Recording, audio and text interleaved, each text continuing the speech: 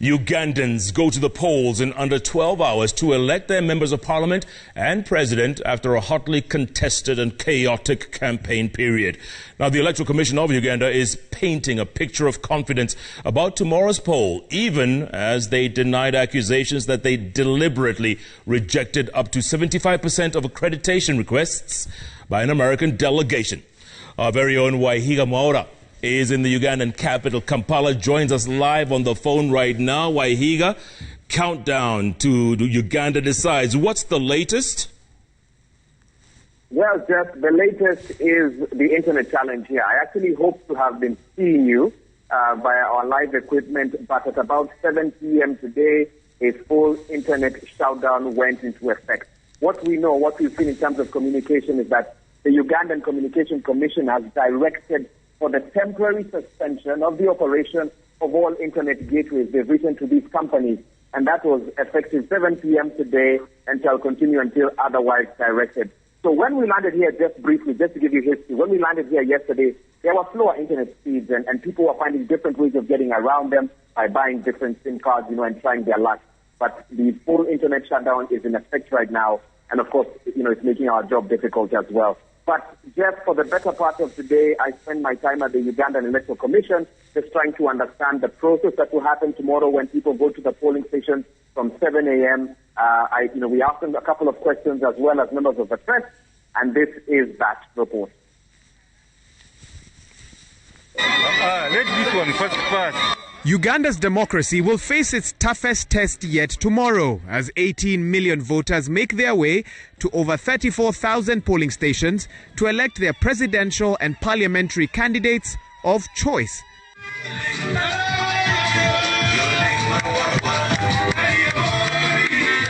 The Ugandan Electoral Commission came out strongly today, assuring voters that they have put plans in place to ensure an orderly and fair process in accordance with the latest COVID-19 procedures. But they stoked controversy when they confirmed that indeed there will be limited use of cameras and smartphones in polling stations. We are not banning the media from polling stations. Please, we are not banning the media from polling stations.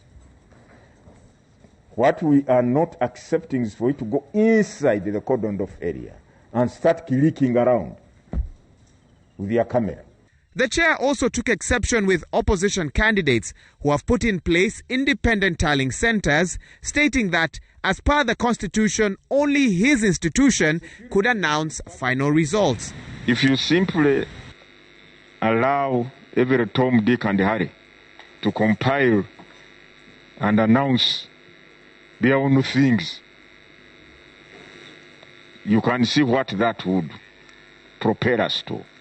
We are seeking to have the realistic results. We've even called upon all the people of Uganda to use their phones to ensure that they record on every polling station that particular moment where the returning officer or the presiding officer is declaring the results of that particular polling station. We are going to micromanage this right from polling station. The commission spoke hours after the U.S. ambassador to Uganda, Natalie Brown, announced the cancellation of their election observer mission to the election, stating that 75% of their team had been denied accreditation. I have not yet received a communication from any one of them that they're not going to participate in this exercise. But this was an application. When you apply and somebody gives you, when you're not satisfied with what you are given, you go back to the person whom you applied to and probably present your reasons.